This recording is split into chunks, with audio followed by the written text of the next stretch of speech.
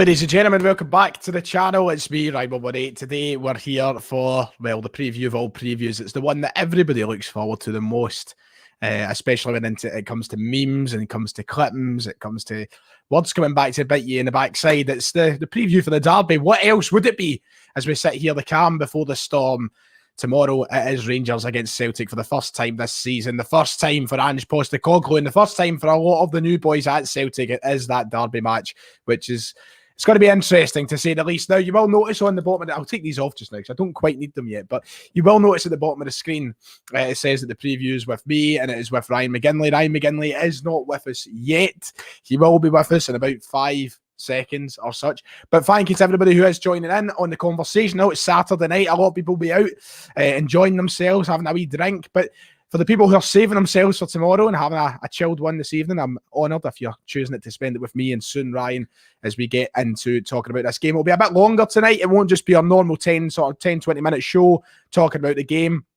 We'll probably go on for maybe half an hour, 45 minutes, talk about all the points that you guys want us to talk about. We'll get into the section where we just bring up comments and screen and we'll see what fans are saying. So it's going to be a little bit different, and I'm excited to do that and spend a chunk of the evening with the subscribers on our way to 30,000. Madness. We're only about 500 subscribers away now, so please, if you haven't already and you're watching this live or you're watching it back as a video later on, please make sure to hit that big red subscribe button and get us to 30k. Hopefully, by some miracle, we get there by Monday and we can celebrate the derby with a 30,000 subscriber mark as well.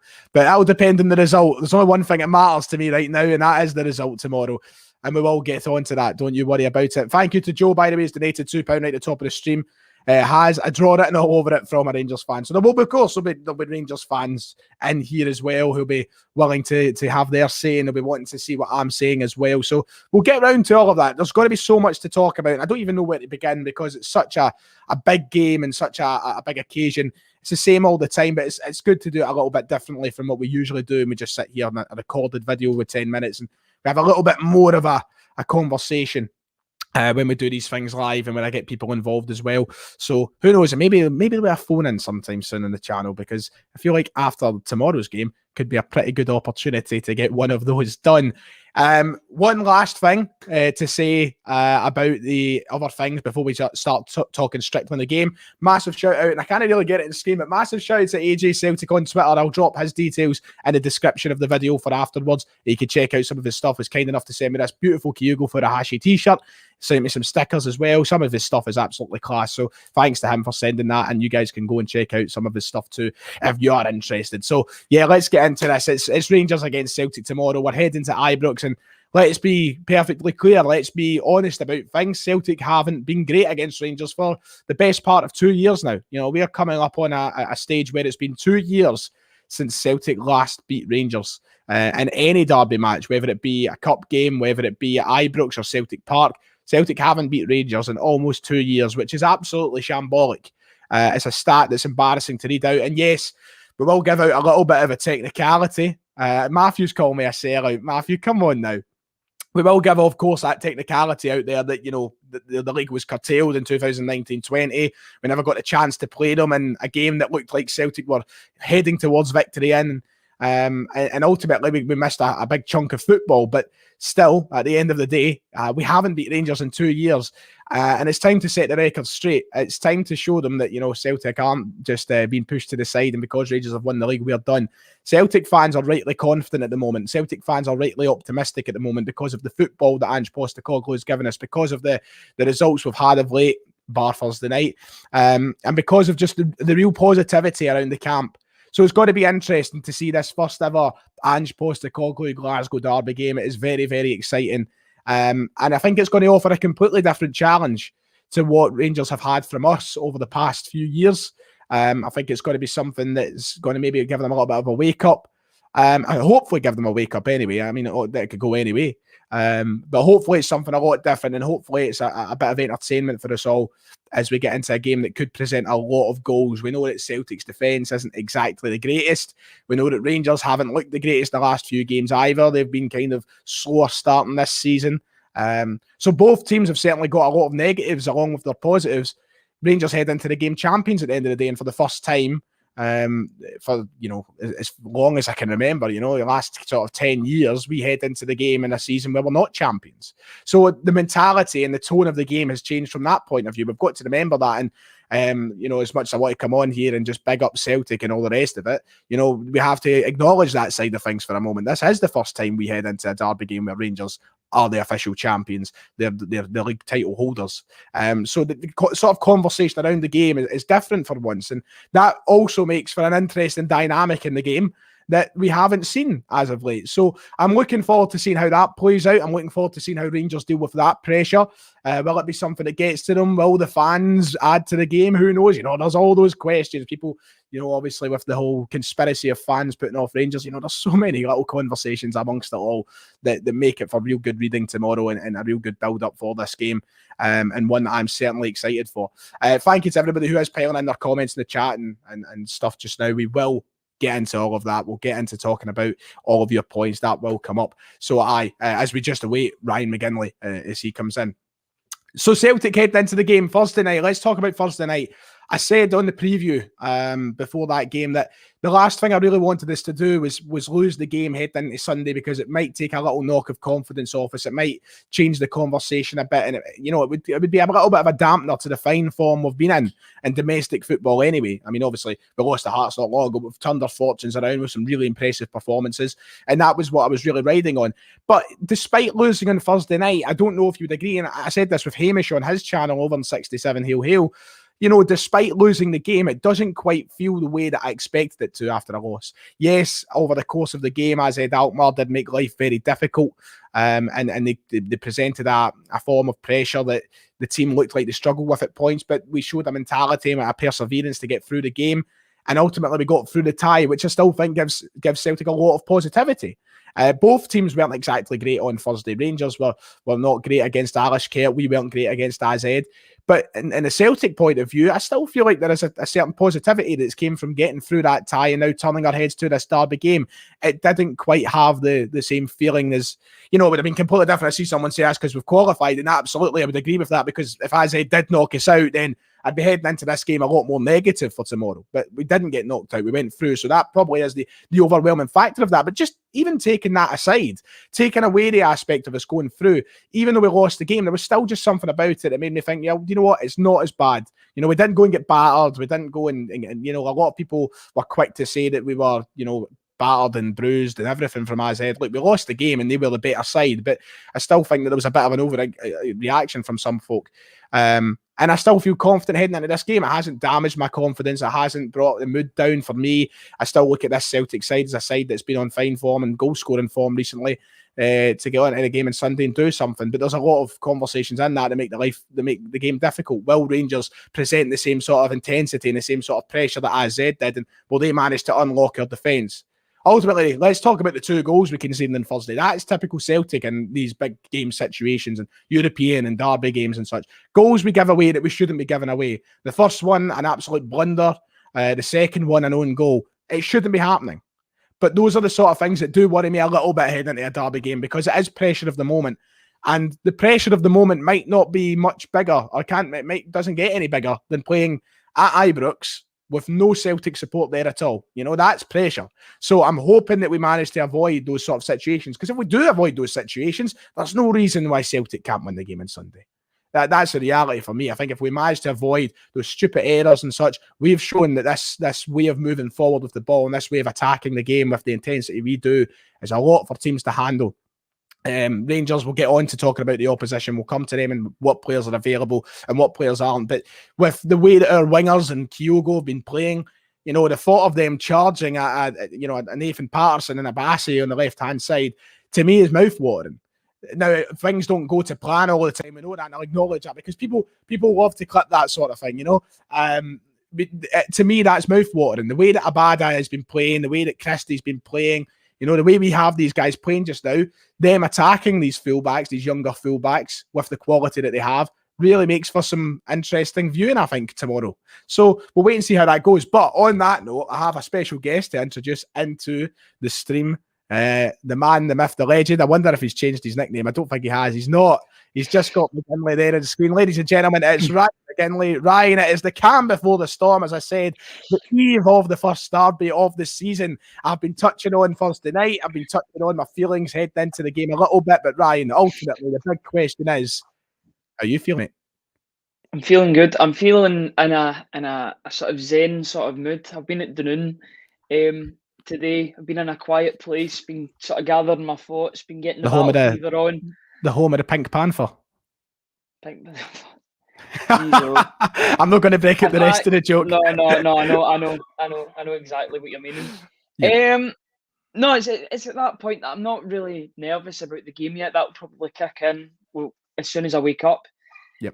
I don't know about you, but I get really nervous before these games. I'm like, it's always a sort of mix for me. If I was to judge it off last season, for example, the first game of the season, I was up, I was in the shower with a tin of Tennent's. I was buzzing from the get-go, you know what I mean? I wasn't feeling any sort of nervousness at all because we were heading into that, the champions were heading into that, the side that was expected to win the game. But suddenly, as the season went on, I certainly felt the nerves as you wake up and the game's ready to start. So it's going to be interesting to see how I feel tomorrow morning because a completely different sort of story heading into the game. But continue what you're saying. Yeah, I've got to say though, I'm more optimistic going into this one than I was at any point last season.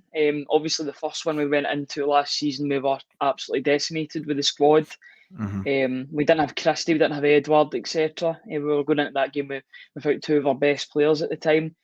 So going into this game with a relatively clean sort of slate, injury-wise, we're in good form. I know we get beat, but we still get through the other night. We're really confident in the league. Been scoring goals, hardly conceding any goals in the league as well, which is great. We're coming in this in good form. I think if we turn up tomorrow and we play our own game and we play it well, then we'll cause Rangers a lot of problems because Rangers haven't faced a team this quick all season, I don't think. We are a different animal this season, and I just hope we turn up and show that we are a different animal. Yeah, we've got a big point to prove. We don't want to show that we're the same side of last season. Last season, we were pushovers, Ryan. That's the reality of it. Mm-hmm. Against Rangers. And look, I'm not going to sit here and say that Rangers didn't deserve their victories or anything like that. That's not what I'm saying for a second. But one thing that Celtic did do over the course of last season was make life incredibly easy for Rangers in these games. If we at times, and we all said that there were games where we were better than Rangers. We look at the game at January until Near Beaton was sent off. I thought we looked better. The game we drew with them as well. Was that the same game? There was another one. I thought we looked better than them, but we still made life easy for them in the sense we presented them with the opportunities to win the games. Celtic just made silly errors. They got men sent off. Celtic done things that showed that there was a real lack of confidence, initiative, and competence in the side. You know, we were really just so one-dimensional. And it seemed like when the going got tough in the games, that was us throwing in the towel. So we certainly need to change that outlook and how we are as the opposition to them. Yeah, I would say we need to dictate the tempo tomorrow. We are a very possession-based team. We like to pressurise teams with our attacking play. So we want to peg Rangers back into their own half. I know I could have used a different word there. I realise that as soon as I said that. I'm trying not to laugh. I just hope we can dictate the play, get them on the back foot, and we can put them under a bit of pressure because we know this Rangers team do not deal with pressure well at all. You've seen that against Malmo. You've seen that against Dundee United. You've even seen that in a certain way against Ross County. The team can't handle pressure, and their fans are notoriously known for getting on the back of Rangers if they're not playing at their optimum and at their best. So we need to put the pressure on them early doors, and if we do that, then I think the game's there for us to win. I'll be perfectly honest. I'm confident in what we can do as a team. I've seen the speed in which we play at. I didn't even see that when we had Brendan Rodgers in charge. It's just quicker, it's more direct, but it's still every pass means something, and every sort of where the end goal is with the way we play. So I'm very confident in the way that we play. I'm confident if we turn up tomorrow, we will win the game. I can't lie and say I'm too nervous about the game because I'm not. I feel a lot more confident about this team this season, and that's down to the manager and the way he's got his playing and the way he's got his believing. I feel like the Celtic we know and love are back, and I'm very happy about that. Very quickly, massive thank you to Aaron Smith, who's donated £5. Said, would you rather fight one bear-sized lion or 50,000 lion-sized bears? But there's not going to be any lions, are they? You know, it's not a lion's den.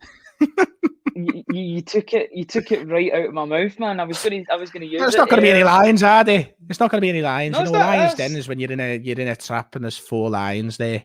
I think Ryan's just frozen there. He's there. I hope I didn't freeze, or that would have just looked ridiculous. I'm hoping it was you on their end. But anyway, and a £1.79 donation here for Football Prime Ginger. Any truth in Kyogo being injured? It's the first I've heard of it.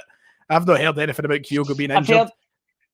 I think it's probably a rumour made up by Rangers fans because they're worried about Kyogo. I'm sure he'll be fine tomorrow. Anyway, there's a lot of talking points I want to go through, and as I said already, it's going to be a bit of a longer one of these shows. We will get into a full Q&A session, so don't worry, your comments aren't being ignored right now. We're just going to dedicate a section where we'll go through the pressing points that you guys want to hear. But there is a few certain sections I want to get through that involves talking about the opponents, that involves how we prepare tomorrow, what team we send out, ultimately our prediction as well. You know, there's so much that I want to cover as we just wait for the arrival of Ryan back on screen. There we are. Right, Ryan. So you spoke very... I don't know what's happening with me because I'm sitting right next to my router. It's fine. Your router. Is it not a router? Router? No, it's not a router. Right, oh well. Is that what the posh boys say? Router. Whoa. Who you calling posh boy? You're for Cope Bridge, right? Anyway, let's go on to Anne's tomorrow and how Celtic go into the game and how Celtic attack this game. You've already, of course, alluded to what you want to see from Celtic by applying the pressure from the first whistle, and I think we're all in agreement that is the case for Celtic tomorrow. We want to see Celtic go out, try and get an early goal. On one aspect, that calms the nerves of us. That also riles up the opposition. You know, that's kind of what you want to see. You want to see them getting a bit shaky. You want to see us calm ourselves. But there is an aspect to the game that a lot of people may want to talk about, and that was the way that we were sort of susceptible to a few risky moments on Thursday night, which could have been a lot worse for Celtic. So do you think that for Ange, the big question is now, does he go out and he look at this game the way he's looked at every other game, or is there that sort of last minute fix? Because I think for me, there's no point in changing the philosophy, the system that Ange is already pushing on these players, because it's clearly working. When we need it to work so far. Yes, we lost on Thursday night. Yes, Azed did have a couple of chances that could have took the tie away from us, but he'll learn from that. And he'll also add to the squad to make it better than that as well. We've got to remember that. For me, against Rangers on tomorrow, I think we should go into the game playing the same midfield three line. I think we should go into the game, attack it, and play with the same intensity. If Rangers do get in behind and all the rest of it, it'll be once again, I think, down to individual errors and stuff. There is a way now on the training ground over today and from afterwards against AZ that Ange can get to this team and go, right, we need to cut this sort of nonsense out. You know, there's a nice middle ground there. It's not like you've got to pick one or the other, Ryan, but that can be fixed while also playing the Ange Postecoglou way. Yeah, I think if he was going to change it, he would have changed it against AZ. If he was going to play that against Rangers, it's not as if Rangers are a step up against when you compare AZ Alkmaar. I think Alkmaar are a better team than Rangers. I think they were very unlucky the other night not to score a couple of goals more. We sort of gifted them 2 goals rather, but I think, like I've said before, I say it in every single one of these streams, our best form of defence is attack. We're all talking about we want us to be going for it against Rangers, so I don't see why we would change the system now.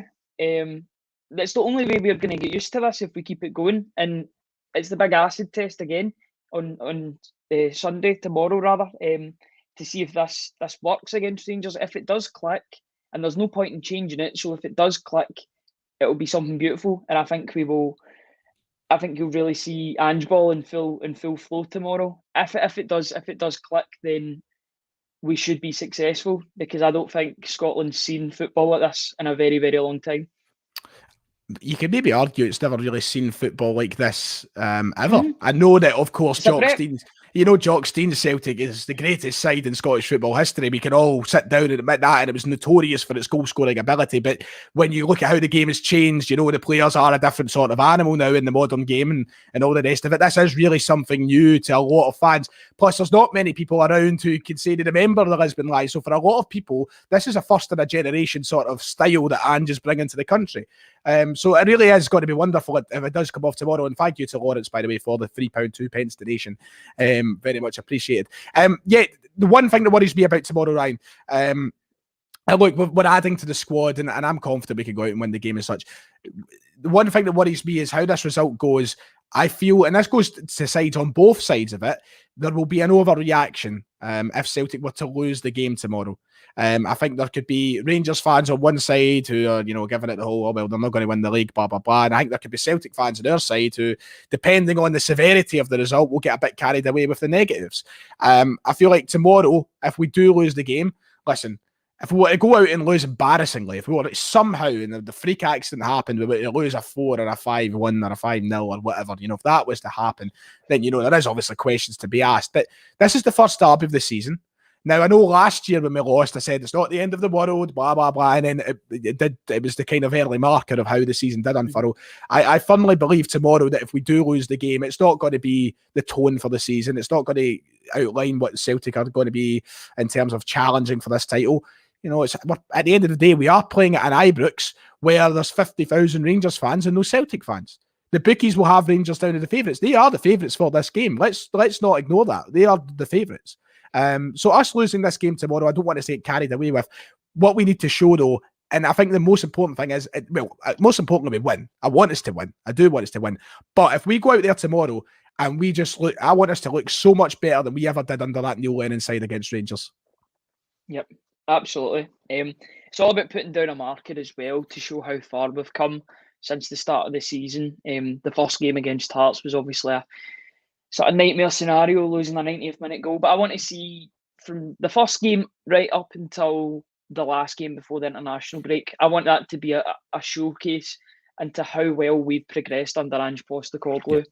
And hopefully we can get the result, a win away from home. It's our second game away from home this season. We've been quite lucky with the sort of the home games. It's helped us get momentum, and I think the away game against Dundee United for Rangers has sort of stifled them as well. I've not actually checked. I actually have. I mean, the favourites. Well, is that coming down to take it with the COVID cases and stuff like that? Is that, or is it just taking into account that we're obviously the better team, because we are? But we're the form team coming into this game. Yeah, we are. It's just, I think that if you look at it from a realistic point of view, with the way the fans and all that's panned out and heading into it, I thought that just Rangers would go into the game as the bookies' favourites, to be quite honest. That was my assumption. I didn't think that it would be us, even though we are the better team at the moment. I just didn't think it would work out like that. So fair enough. Let's talk about the opposition for a little bit. Let's move on to talk about them, because a big part of the preview is talking about our opponents. Rangers go into this game, and do you know what? One thing that I really want to see tomorrow is that great performance and that win for Celtic, because we keep hearing this same thing, Ryan. And this isn't every Rangers fan, because there's a lot of Rangers fans who come out and be honest about things and say, well, Celtic do look a decent side at the moment. But there has been this sort of generalisation that Celtic haven't been great because they've been playing St Mirren's, because they've been playing Dundee's, because they've been playing AZ Alkmaar's, because they've been playing, there's been this perception that the results don't really matter because we haven't played Rangers yet. So I'm interested to see how that goes tomorrow. If we go out and win the game, are the excuses going to start already, do you think?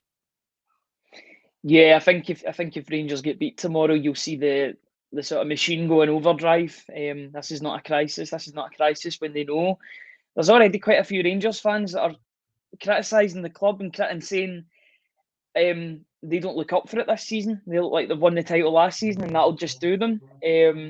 I was reading a couple of people saying that they're worried that a couple of the players won't turn up tomorrow. They're worried. They're worried that they won't be up for a Celtic Rangers game, which should just be the norm to be up for these games. It should be written in your contract that you can't be not up for a Celtic Rangers game. This is one of the reasons why you're at one of the two big teams in Glasgow.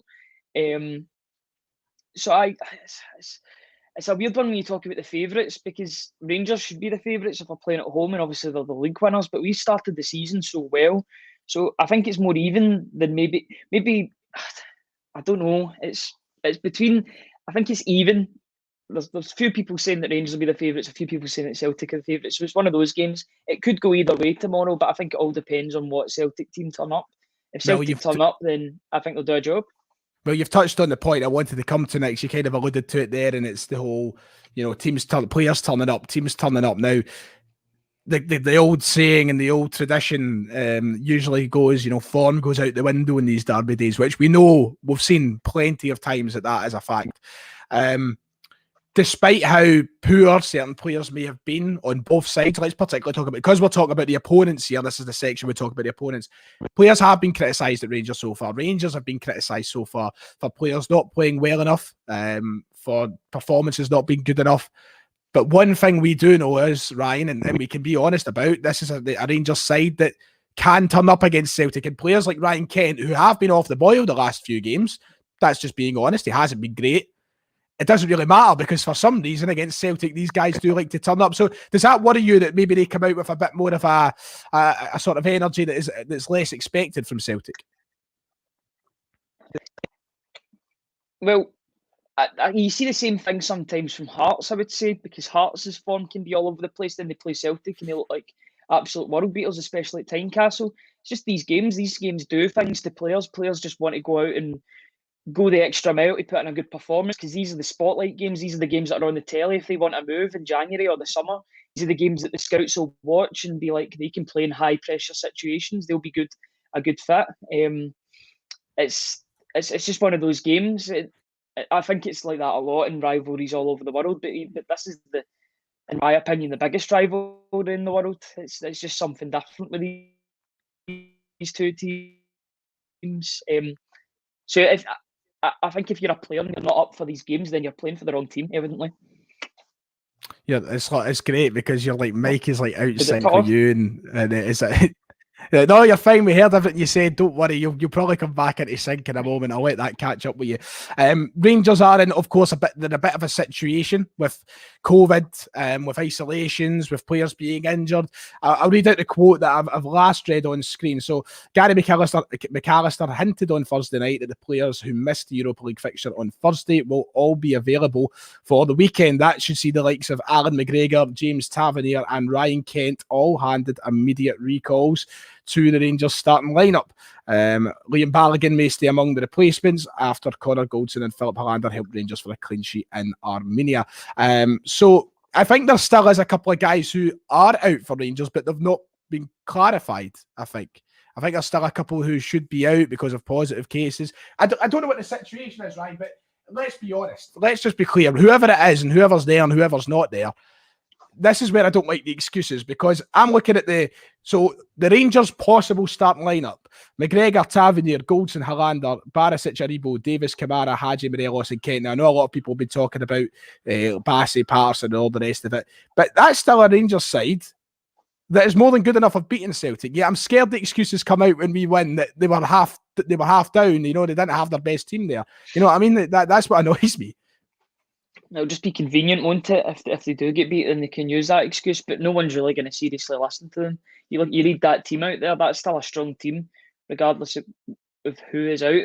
Rangers have strength and depth. That was one of the things that got them the title last season. They could have people that they could bring on off the bench that can make a difference. Hagi, Kent, Aribo, etc., etc. You could name them. It is a good side, but it just seems awful convenient that if they were to get beat, then that's the sort of agenda that they would use, or that agenda they would. I think that, to be fair, I think there is a lot of Rangers fans who wouldn't use that. I think there's a lot of level-headed and balanced Rangers fans who have already saying it. I've got a lot of friends who in the group chat that support Rangers. I say a lot. I think there's like two of them, but I've got like a couple of Rangers pals in the group chat.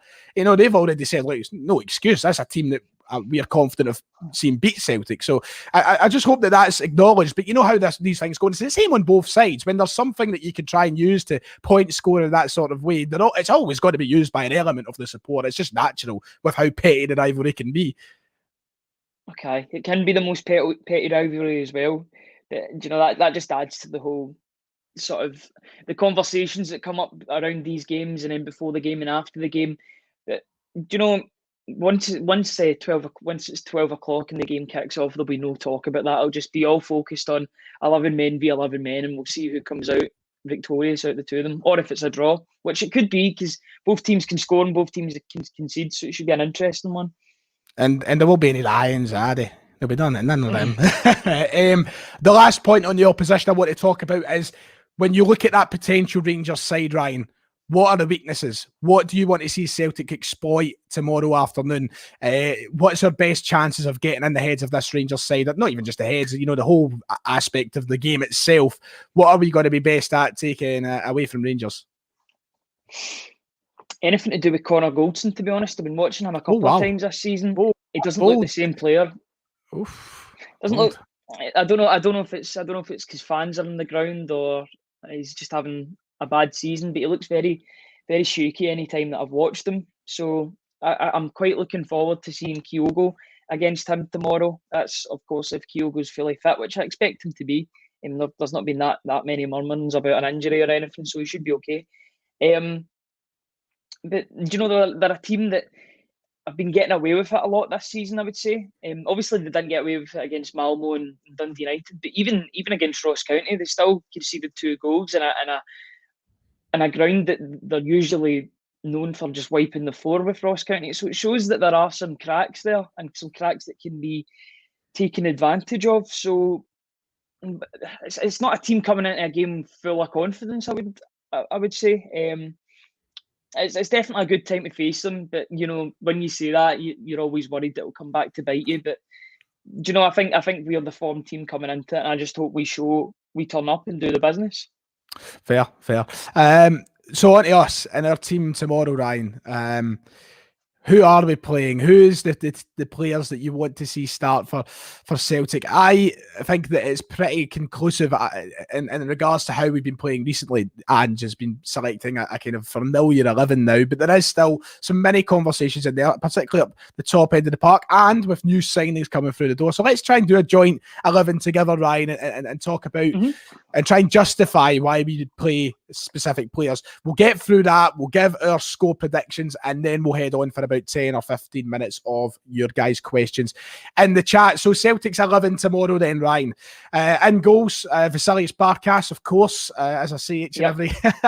No, I want to address something. So I put up a tweet on Thursday night, and it gained a lot of traction from Celtic fans. I put up a tweet saying, if Barkas made the mistake that Joe Hart did, on Thursday, he would have been crucified. Not to get into the story of Barkas and the gospel again, but he would have been crucified. And a lot of people weren't happy with it, saying, because Hart makes saves and all. And I'm like, yes, I should have added, it's my bad for not adding that point in. But I was just making a drunk observation. I wasn't saying anything bad about Hart or saying that Hart's useless or Barkas is better than Hart. I was suggesting nothing of the like. What I was suggesting was that, there would have been a full-on meltdown in the TL if that was Barkas. Look, Joe Hart has been a brilliant addition to Celtic thus far, and the saves that he has made are saves that we missed out on the last season. They are well-needed saves, and they've saved us in that tie against AZ Alkmaar. So just to clarify that, if you were wondering why I put that tweet up, but I was mostly because I was steaming and I just wanted to defend Vasilis. Joe Hart and goals, so Ryan, I think we're pretty set on that. Let's move on to the fullbacks. This is where it gets interesting. Now, Greg Taylor may be out of the... Has it been confirmed if he's out of the game yet? He said that he would... Ange was saying that it looked like he was going to be fine for Sunday. Right, well, if Taylor's fine, he's an option there. We've also got Adam Montgomery who can play if Taylor isn't fit, but we've also got the new signing of Liam Scales from Shamrock Rovers, who joined the other morning. He could be of use to Celtic on Sunday. He is another option at the left back area. And then on the right back area, Ryan, Tony Ralston has been brilliant as of late. We all know that he's there, but we also have a £3.5 million right back waiting in the wings, Mr. Josip Juranovic, who could be seeing a Celtic debut at the weekend. Ryan, if you were to pick any of those two players to start, any of those in those two areas, who would be your starting fullbacks this weekend? I think if he's fit, you're going to play Taylor, and I think just due to all the sort of media talk about Juranovic, the way Ange was talking about Juranovic, I think he'll play on Sunday. Do you think so? I honestly, yeah, I do. This is where we'll differ. I don't agree. I don't think he will. I think that the timing is kind of perfect in a way for Tony Ralston, maybe. And I'm not saying he deserves this treatment because he's done really well. And I think he'll get plenty of chances. It's not the end of his Celtic career just because we've signed a right back. But for me, I think that the risk, there's a risk either way, because you're either throwing in somebody for their debut or you're throwing in somebody who we need to see tested at the highest level. We really do.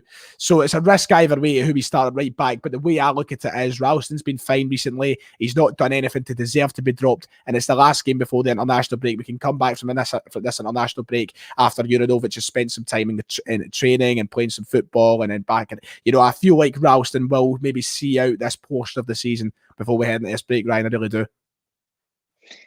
I mean, yeah, I get everything that you're saying, and it would really be unfair on Ralston to come out the team after playing so many games on the trot.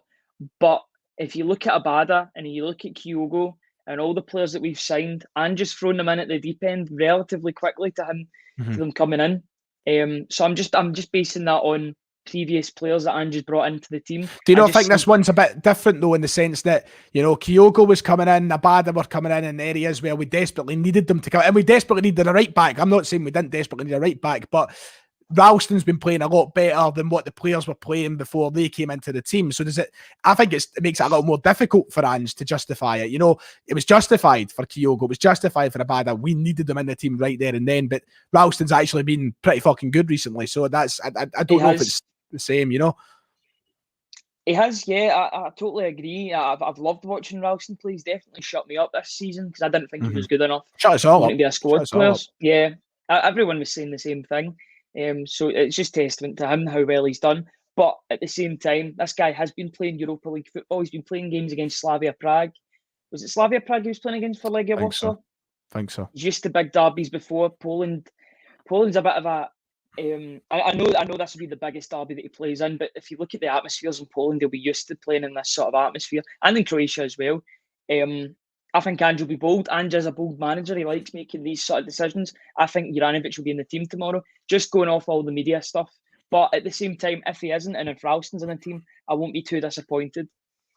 I won't be disappointed. Right, so we've got a different starting 11 already. You're going for Taylor and Juranovic. I'm going for Taylor and Ralston. So we've already got a difference for once. That's quite nice. That's nice. Centre half, so it's got to be Welsh and Starfelt. I think that's pretty conclusive. And we're just hoping for a little bit more of a confident partnership and performance there from the two in comparison to mostly the first half on Thursday night. Yeah, and not to be too dramatic, but this could be kind of make or break for Starfelt, this performance.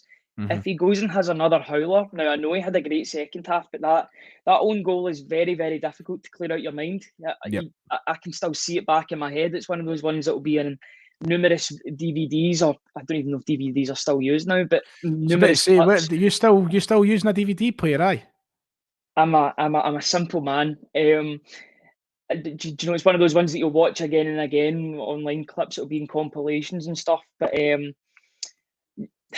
if he comes out, it would really, really be a great time for Starfelt if he could put in a 90-minute performance, look really solid at the back, and sort of shut a lot of doubters up, because there already are a lot of doubters from the Celtic supporters that are doubting Starfelt's credentials. This guy's a Swedish internationalist that was playing at a good level in Russia. So he's got a lot of doubters. A lot of people thinking that he's not the player they thought they were. They thought they were signing. So it would be absolutely brilliant for him to sort of shut everybody up like Ralston has done with a great performance, a real standout performance. I'm not too worried about Welsh. I'd just like to bring this up on screen. I know you're chatting away. I'd just like to bring this up on screen for a minute. Says a lot that you consider Joe Hart a massive improvement. Listen, you could have shoved me or McGinley in goals this season and it would have been considered a massive improvement. Just because Joe Hart might have a little bit of a tricky look. I was the biggest critic of them all. You knew how I felt about it, Ryan. I was massively against the signing of Joe Hart at first. But listen, the guy's coming in and he's making saves. That is a dramatic improvement. Last season we didn't have saves. The guy's a World Cup goalkeeper. The guy's an England international 75 times or whatever. He's won the Premier League. You know, it's still a quality player you're looking at, even if he was in the kind of tail end of what looked like his career. You know, it's still a massive improvement. Anybody who's making a save at the moment is a massive improvement, and that's fact. Yep. That's just it.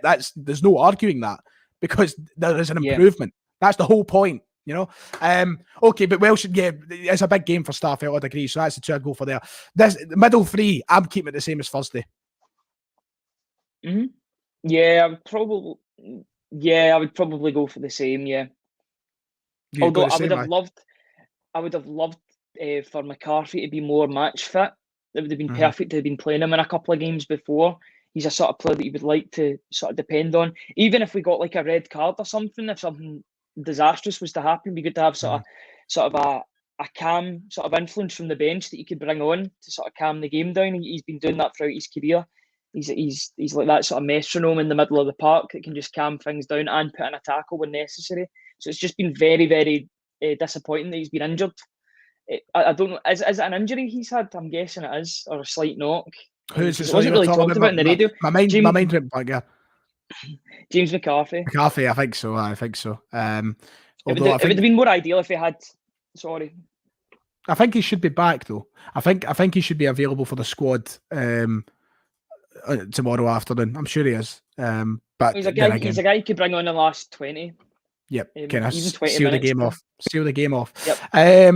Okay, so we're going for the same middle three then from the start of the game. Rogic, Turnbull, McGregor. That's where I think that the most damage can certainly come. I'm looking forward to seeing how those three play. There's always been a big sort of conversation over the past few years, especially about how Rangers have been the more dominant side in the middle of the park. So this is another kind of mini conversation in the game where I'd like to see those three boss it there. The only worry is, and that note for me, is they are three mostly attacking players. And playing against midfielders, you know, if Rangers go with, say, Aribo, Davis, Kamara, say that's the three they were to go with, or even if they brought in Arfield or whatever, they're players who could be a little bit more, I don't know, they can maybe catch us out in there at times, but I trust McGregor with the kind of new lease of life he's found with that armband to have that sorted in the middle, Ryan. I think you'd probably agree with that. Yeah, and it won't take too much to have a better performance on Thursday night because the three of them were dreadful against AZ Alkmaar. The other night we didn't have a midfield. We basically had a defence and an attack and a big space in the middle. And we didn't have anything. McGregor's been absolutely brilliant. He's totally grown into that sort of captain's role. There was a lot of doubters when he was given that captain's role, how he would sort of replace Scott Brown as that figurehead for the team, that sort of motivator. But he's done it so well so far. And he's a different sort of captain. He doesn't need to tackle, like make those crunching tackles to make himself known. He's just always available with the ball. Whenever somebody's got the ball, you can always pass to McGregor and he'll be safe with the ball at his feet. So it's a different captain to what we're used to, but it's an evolutionary captain, I would say, as well. You don't need to be tackling everywhere to be a captain. I've said the word captain about 20 times in the one sentence. Aye, Captain. Thanks very much. The front three. I like him. You like him? I like him too. Front three. This is where it can get interesting. This is where things might change for certain people.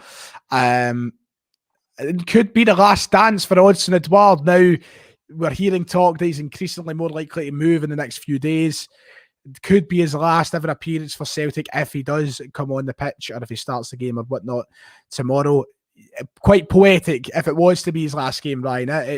Doing it against the team that basically got him his permanent move to Celtic. If he never scored that day at Ibrox, we would never have signed him. We would never have signed him, I don't think. Especially for £9 million. It was his performances against Rangers that I think convinced us, because he can do that in a high pressure situation. He scored those 2 goals as well when we beat them 5-0, which would have been a surefire. I think Peter Lawwell was contacting PSG after that game saying, name your price for this guy. This guy's the future of Celtic, and he's been worth every bit of the money. He's served us so well, and I'll not take any slander against the guy when he leaves the club, because he has been a magnificent servant. He's been a magnificent goal scorer, and ultimately he's been one of the most entertaining players that I've seen at times at this football club. And he's totally changed the narrative as well, because if he was to have left after the Hibs game last season, a lot of fans would have been like, oh, he didn't No, I disagree with the whole he didn't turn up last season, because he still scored 20 goals. That can't be underestimated. But he wasn't his usual self. We know how influential he can be in games. We've seen it in the second half of 2 seasons ago when he was scoring goals against Motherwell, scoring free kicks and that. He was the figurehead in the team. But his performances since coming back this summer have been absolutely brilliant. He's put his head down. He's worked for the team. And, he'll go with a lot more fans' blessing now if he was to get a goal in his last game against Rangers and then getting a move. I think he would be a hero again to a lot of Celtic fans after a somewhat disappointing season last season. There's one thing from this game I want more than, apart from a win, I want a win more than anything else. But the one thing that I want in this game is an Odsonne Edouard goal. I want him to bow out in that fashion, the way he started. I want that. I want that Odsonne Edouard goal more than anything in the entire game. Really, honestly, apart from the win. Well, I want an Edouard goal, but I also want a Kyogo goal after all the rubbish he's had to put up with this week. Yes, exactly. That as well, actually. That as well. So the front three, though, in saying that about Edouard, I don't think he will start the game. I think he will be on the bench and he'll come on to the game. I think it'll be once again the same as the midfield, the exact same that we've seen in Thursday. Yeah, Christie looks good out on the left. Abada, another assist. He's sort of record. Those people that were talking about his analytics before he came is like he only scores goals and that's it. I think he's got 3 or 4 assists already, which is showing that he's improving as a player, and it shows that we weren't signing him from that Israeli club as a finished product. He's basically a player that can score goals but can be moulded into a more complete footballer, and you're already seeing that because he's bought into Ange's ideas. I could honestly talk about Abada and his work rate all day. The guy's a total breath of fresh air out on that right-hand side, and he's given competition for James Forrest, which is absolutely brilliant, and I think you will see a fight back from Forrest because of that. Would you know sign Patrick Roberts now that he's available in a free? The ship sailed 3 years ago. Let's get that fucking straight. He wasn't even that good the second time he came back. He was injured every second game as well. There's a lot of revisionism that goes on about Paddy Roberts as well. Yes, he did do well under Ronnie Dyler and Brendan Rodgers the first time in that 1.5-year loan deal. But the second loan deal, when he got the number 7, he just didn't live up to it, unfortunately. Which wasn't all due to him. Fuck him, Ryan. Fuck him. Let's not think about him. He's away now. He's away. It's like an ex. Let him go. Abada, though, Kyogo in the middle. We want to see that Kyogo goal. One thing I'm very excited about as we try and kind of quickly get through this last little part. One aspect I'm excited about Kyogo is something that Rangers haven't really played against a player like him. It's against Celtic anyway, in particular. No, this is a striker we've never really sort of seen at Celtic, a player of his style. So for Rangers to play against, it will be magic. Matthew Duff is saying why it's free, no brainer. It would be absolutely ridiculous to sign Patrick Roberts. I don't care if it's free. He's not shown in the last 3 years of his career why he should be a Celtic player. We've got a player that's better. We don't need him. Moving on. I don't want to sit and talk about Patrick Roberts. I really don't. It's maybe the Derby preview. We're talking about Patrick Roberts. Kyogo's, I think, is going to open up a can of worms for Rangers and just give them a lot of problems, especially as you've seen. I don't think Goldson, for example, has been as great as we know he can be, as we've seen last season. So Kyogo present an issue there. Yeah, absolutely. Goldson's not played against a striker of this quality, I don't think, in Scotland since he's joined us. I know he's had Edouard. That's a different sort of player. Kyogo is technically brilliant. He's technically very nippy. He knows when to run. He knows when to sort of gauge what way the defenders go, and he can go the opposite way. It's exciting to think of Kyogo against this Rangers defence, a defence that has been leaking goals recently. And Kyogo's a guy that has been scoring goals recently. He's not went 2 games without scoring. I mean, you've seen that. He didn't score at the weekend there, but he scored against AZ Alkmaar.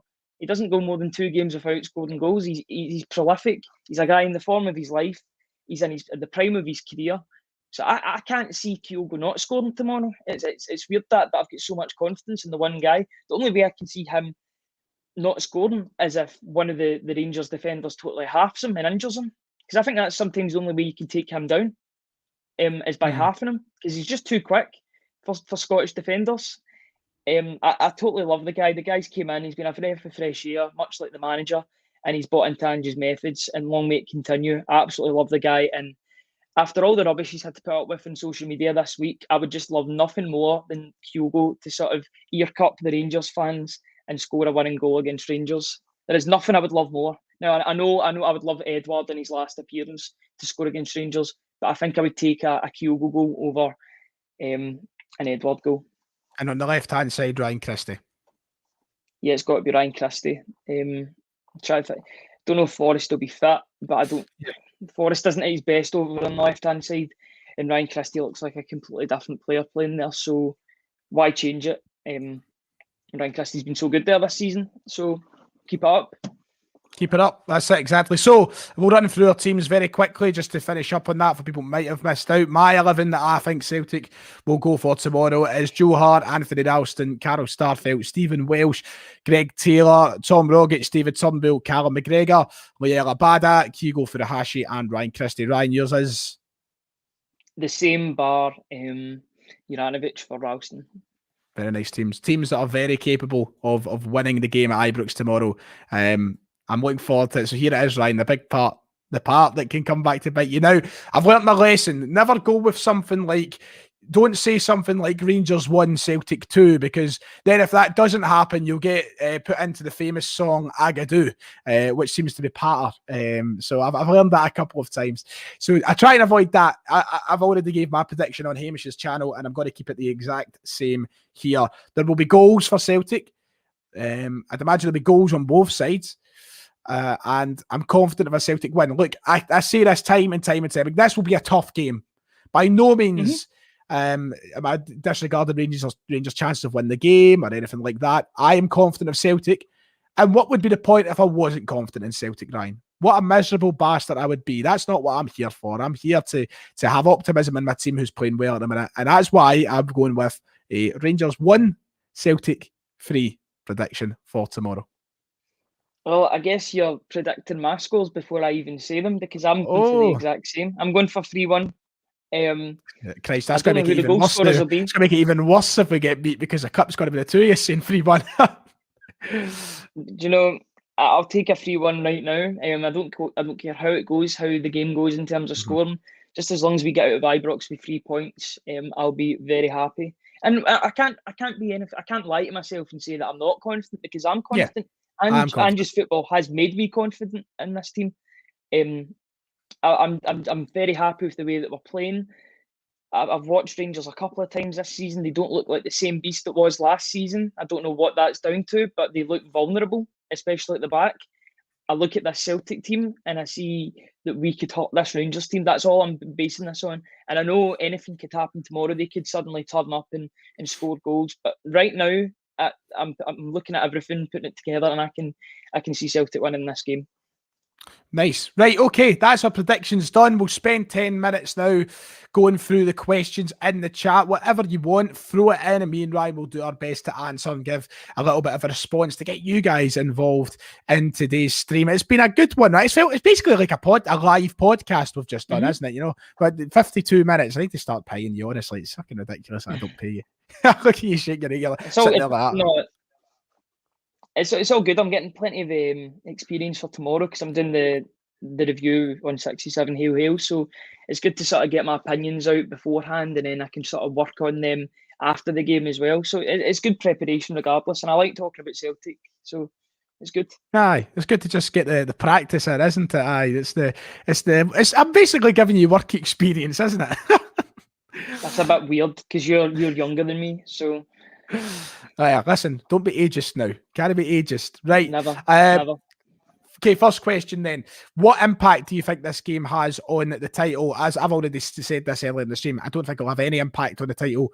Now, I know I said that last year when it beat us at Celtic Park, but I really don't think it's going to be a display from either side that suggests who's going to win the league this year. Even if we were to win 5-0, well, if we were to win 5-0, I'm talking shite. I'd be saying we're going to win the league. But I think in being realistic and being balanced about it, there's still such a long way to go with so many twists and turns. We know that about Ange Postecoglou's football, never mind Rangers, just us ourselves. Yep. But it will be an interesting year for both sides. It definitely will, but I don't think this has any influence on the title as well, because last season the Celtic Rangers games didn't have any influence on the title. Celtic lost the league because they couldn't beat the teams around them, such as St Johnstone, St Mirren, etc., etc. If you can't do that, then you can't expect to go and win the league. So we didn't have any right to beat Rangers in any of those games, because we couldn't even beat teams that are lower than Rangers. So there wasn't even a point in calling us contenders or title challengers last season, because we were anything but. But it's a good thing for momentum. I don't think it has influence on the title, but it's good for momentum, and it'd be good for us to show how far we've come from the start of July to now. And then you go into the international break with your tail up. It doesn't have any impact on the title, I'll say, but it's good for momentum. A lot of questions being sent in, so we will try and get through as many as we can, quick fire. If your question doesn't get asked, feel free to send it in as many times as you like. We'll try and get round to it. We only have there's a lot of them coming in. There really are a lot coming in. So Matthew Duff, Stephen Welsh, good enough to keep Morelos quiet tomorrow. He needs to do better than he did against Jermaine Defoe last season in the last Celtic Rangers game, because he got turned inside out. But this is a different Stephen Welsh that's came back this season, I think. He looks totally relaxed in his role. He looks like the experienced one in terms of the two centre-halves, which is something I never thought I would say about Stephen Welsh. He's been really good in coming out with the ball. He's looked calm, composed, mature for his age. And I think he's getting better and better every game that he plays. And that's due to the amount of game time that he's getting. Ange obviously trusts him at the back. And it's paying off for him. I think he can handle Morelos tomorrow. It all depends what Morelos turns up as well, because he can be temperamental at the best of times. I think if you wind him up, then he can be petulant and be a walking red card in this fixture. So we'll see how it goes. You just hope that the referee can keep a hold of the game. Cameron in with a question, and I'm going to kind of twist it here because I think it's hard to maybe pin down. But he's touched on the fact Scott Brown's not here. It's his first derby game without Scott Brown. There's that kind of mental aspect to the game there now. Without him, we've got to step up. We've got to see leaders, and we've got to see people who, yes, can get in the head of the opposition. That's normally Brown's job. Isn't it? He's asking for anyone in particular. Touch on that if you like, Ryan. But what's it going to be like without having Scott Brown there? It's different, but last season Scott Brown really struggled against Rangers, so I've been kind of getting used to life without Brown, even when he was in the side, because I knew his sort of seasons were numbered at Celtic. He was coming towards the end of his career, and if he does a job for Aberdeen against Rangers, I'll be so happy. But this is a new style of football, and I don't necessarily think Scott Brown would have fit in this team. McGregor's more mobile. It's going to be weird not seeing him in a Celtic Rangers game, because we've both grown up with Scott Brown playing in these games. It's basically all we've known growing up with Celtic. So, but it's time for new leaders to come up and be counted. He's gone. He's in the past now. We need new guys to come up and stand up and be counted. It's a big fixture. It's going to be against 50,000 Rangers fans that will hate the guts off all of them. So they need to stand up and be counted. I'm looking for guys like McGregor to stand up and be a leader. Hart, Ralston, if he's playing, Juranovic, if he's playing, anyone really.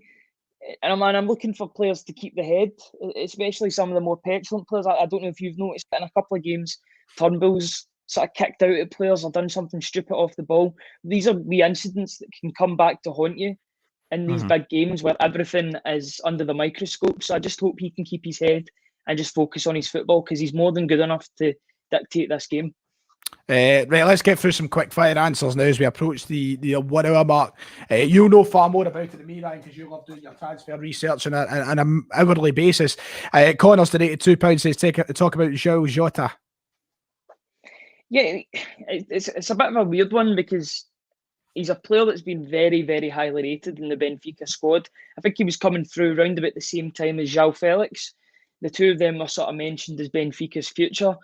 He's not really had that many games in the first team. I think it's only like 20 league appearances, and he was out at Real Valladolid, I think that's how you pronounce it, in Spain last season, where he was used sporadically, where they were relegated last season from the top league.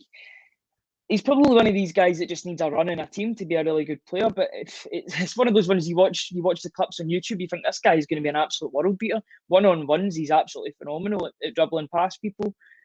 Obviously, I would want, I mention him every stream, but I would love Lovric to come in. But if Ange's seen something in this guy that he can work with, like he did with Abada, then I'm all for it. If it's Ange's player, then I'm more than happy to give him a chance.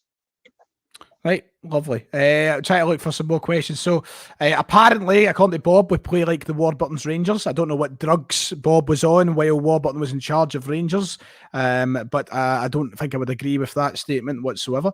Will Scales start tomorrow? I don't think he will. I think if it was anybody, it'd be Montgomery. I don't think he would start. Is he registered? Like, is he actually registered? Yeah. It's not European football. You can register him as soon as he arrives. That's it. It's just that he's not really been unveiled with like the shirt and that. Now I know Kyogo was the same, but there was obviously the fanfare around him. But I think if I was going to choose one fullback to throw into the game, I would throw Juranovic, because he's got experience in high profile sort of situations, playing in big games. I would much rather have Juranovic in the team than Scales. Okay. Do you think Edouard will start tomorrow? I've touched on that. We don't think he will start the game tomorrow. I mean, I wouldn't be against it whatsoever, but I just don't think he will start the game. Ben is asking, Ryan, do you think that players such as Montgomery and maybe even Owen Moffat are ready for the first team, or do they need more time? To me, I'll be bluntly honest in saying I think they've got to be brilliant for our future, but there's no convincing me. They're not convincing me right now that they should be in our starting 11s. These things take time. You need to bed them in, and there's always one player who stands out from the crop, like a Kieran Tierney, who was good enough to be in the starting 11. You do get those players. I just think that you've got to give them the chance to see that, and they will get chances. I'm not saying don't give them chances, but you certainly have to put yourself in a position where you've got the best of the best on the field. I think that's the priority of a football club, a football club like Celtic, anyway. Don't know about you, Ryan. Yeah, but I think Adam Montgomery the other night showed that he was more than good enough to step in for the team when required. In a high-profile game against AZ Alkmaar, with Europa League qualification on the line, he came on the pitch and actually had the most passes out of a Celtic player, even though he came on after, 25 minutes, half an hour. He stood up and was counted for it. And sometimes these players just need a chance. I mean, you look into Kieran Tierney's chance, he wasn't really getting a chance until Ronnie Dyla seen something in him and just thrust him in the team. And from then on, he was absolutely brilliant. So these guys just need a breakthrough moment. I think Owen Moffat would be better served in the B team just now, sort of doing his thing, continuing to rack up the goals. He looks like the standout player in that league just now, the amount of goals that he's tallying up. So if he keeps on doing that, then eventually I think there'll be maybe a cup game comes along it could be against Raith Rovers, the game, and he could get thrust into the first team, and then he won't look back. But he's definitely a player for the future. Both of those guys have a future at Celtic for certain. It's just about when's the right time to throw them in a game. Jordan asks, see if Eddie starts, would you rather him on the left with Kyogo in the middle or the other way around? Much rather have Eddie on the left. I want to see how that works. Because I think that you lose something with Kyogo if you play him out on the left. Now, I know he can still pop up with goals and assists, but Kyogo as a striker, you can tell by the way he moves and the way he moves and his forward movements. He's definitely a striker, and I want him to play there 90+% of the time. I would only want to play him at left wing if we've got an absolutely outstanding striker up front. That would mean that Kyogo has to move. But I think Kyogo's the jewel in this team, and you must accommodate him up front and just build everyone around his game, because we want the best out of Kyogo. This guy is a breath of fresh air. He's probably, I would say already, he's the best striker in Scotland. He's shown that already with his goals that he's scoring. And the amount of goals that he's scored, he could have scored even more. He's missed about 3 or 4 sittles already in his time. He could easily be on double figures just now. But I think he's teetering on the edge of an absolute storming performance tomorrow. I just hope that he comes with no fear and just makes the fixture his own. Well, that'll about do us, Ryan. We have been going for an hour and 3 minutes, so I'm all going to end it there. Thank you to everybody who was piling in their questions. If we didn't get round to it, don't worry, you'll have more chances on these live streams to get involved. And thank you for sending them in anyway. I do appreciate everybody who wants to try and get involved. Might have a phone in soon as well. As I said, it could be a good time for that, with the international break coming, the end of the transfer window, the aftermath of the derby. There will be a lot to talk about and a lot to get you guys involved with. Ryan, thanks very much for joining me, mate. I am absolutely buzzing now for tomorrow. It's going to be interesting. I'm hoping and I'm praying for a Celtic win, but we are good enough for Celtic, for fuck's sake. We can do it tomorrow, and I'm confident of Big Ange to send a team out there that's good enough to win the game. Yep, there's no point in being pessimistic. We've got a manager that has got us playing the Celtic way again. It's got us playing attacking, forward-thinking football. Why? We should be confident going into this game. We should be confident going into every game. We're Celtic at the end of the day. We're a big team. But I think our sort of confidence got hit quite a bit last season. But Ange has got us believing again, and I strongly believe that if we go out and play our own game, then not many teams can match up with us. We've seen that already. If we turn up and play our game, I think we'll win the game. Right, that'll do it then, lads. Thanks for watching. If you have been here from the start, or if you've been here from any point in the stream, it is much appreciated. I hope you all enjoy yourselves tonight, and I hope you all enjoy the game tomorrow. Stay safe, enjoy yourself, have a drink, whatever you like to do. Just make sure to enjoy. Cheer on Celtic as we go to hopefully beat Rangers for fuck's sake. It's about time. It's about time. Like and subscribe. Thank you all for coming out this evening, and I'll see